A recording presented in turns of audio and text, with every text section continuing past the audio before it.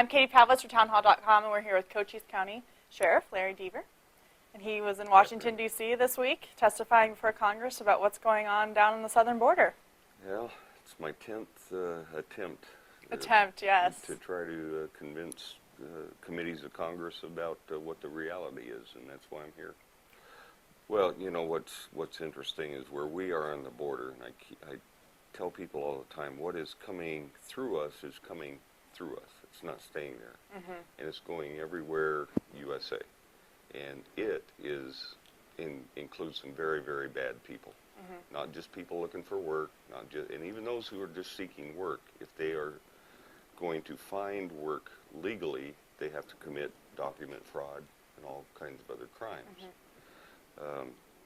But in the mix are some people with bad intentions and coming through us, and we're trying to stem the flow. But we're getting hammered day after day. Yeah, what about this idea that people don't see illegal immigrants as criminals, considering that entering the United States without permission in itself is a criminal offense? It is. The first offense is a misdemeanor, a federal misdemeanor, if you are charged and convicted. Unfortunately, most people are never charged. Some recent documentation demonstrates that unless you have been caught at least 7 times, you won't be charged with the first offense. Wow. It's only on the 8th offense you'll be charged with a misdemeanor. And then the same standard applies for a felony. The second conviction actually is a felony. And if we don't start holding people accountable and issuing sanctions, what is the disincentive? You know, why would you not keep trying? Why would you not keep coming? I can tell you, I know personally about a guy that finally is in federal custody for leading a group of drug smugglers into Cochise County, and he had 23 previous apprehensions and removals and never spent a day in jail. Now he's there under a drug charge, but 23 times. Homeland Security Chief Janet Napolitano says the border is as secure now as it's ever been. Napolitano today. I can tell you that this administration has pursued a broad new enforcement and security strategy with a greater urgency and care than anything I have seen since I began my career in public service. And the strategy is showing real progress. Department of Homeland Security since September 11th, 2001, has been on an outreach effort program to, in their language, empower and partner with state and local law enforcement to help secure our homeland. And this is what the hearing that you were at this week and then Arizona steps up and says, you know, what's happened so far isn't working. We're going to pass some law to strengthen our immigration presence.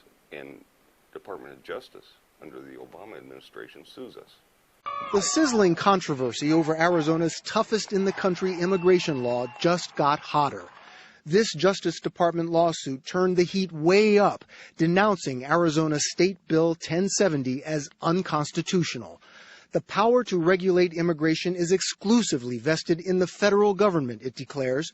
SB 1070 would subvert and interfere with federal immigration laws and objectives. So, Department of Homeland Security, Department of Justice are in conflict under the same administration, and they have never been brought together.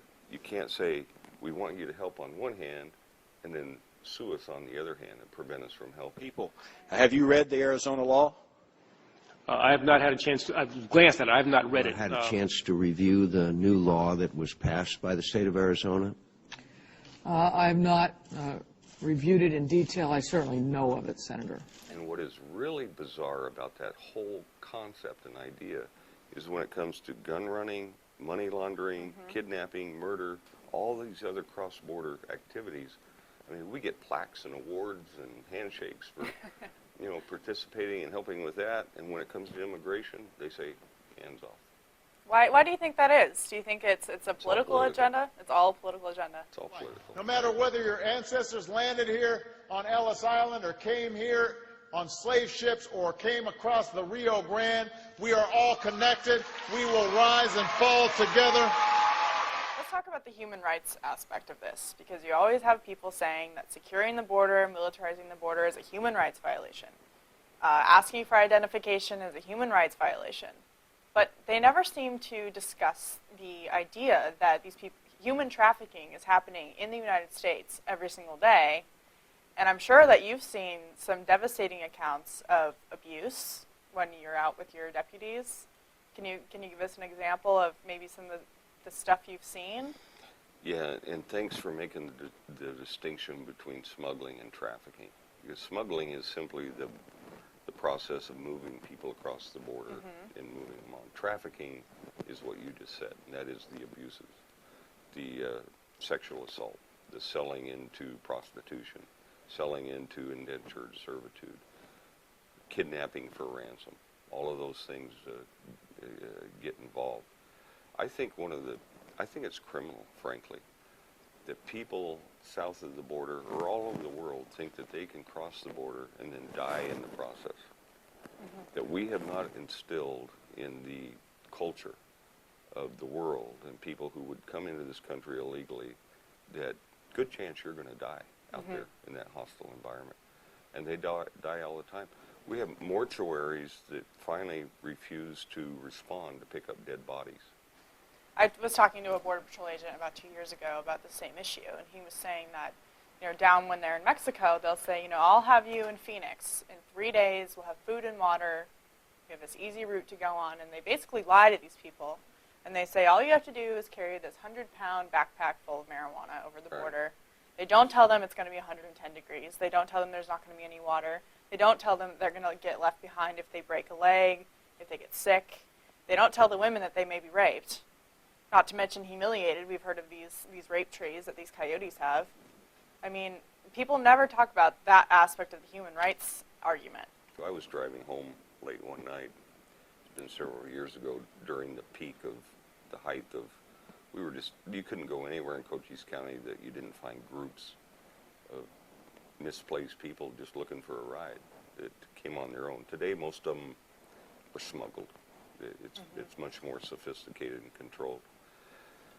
I'm driving down the road. I'm going home. It's late. I'd been down in Naco, which is a border town, for a meeting, and I drive by a person walking alongside the road.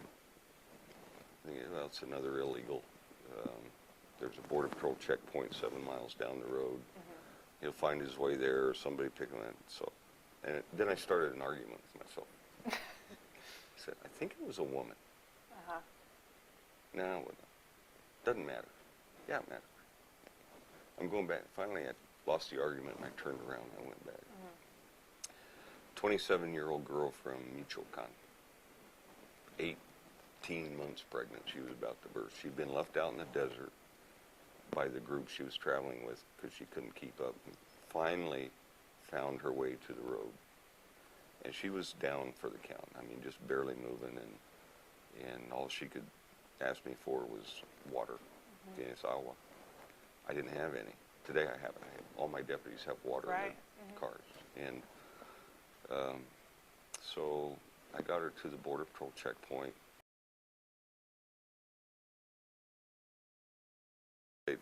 I truly believe, and I've been on record for this for a long time. I have listened to Secretary Napolitano's speech about how secure the border is. She's delivered it at universities, starting here in Washington, then to University of Texas of El Paso, and moving across. And the purpose of that is to convince the American public that the border is secure, because the Republican Party and others, not just Republicans, have stood up and said, we're not going to talk about comprehensive immigration reform, code word for amnesty, until the border is secure. And so she's on a mission, Department of Homeland Security is on a mission to convince the American people that the border is in fact secure, so we can deflect the conversation back to and direct it back toward comprehensive immigration reform.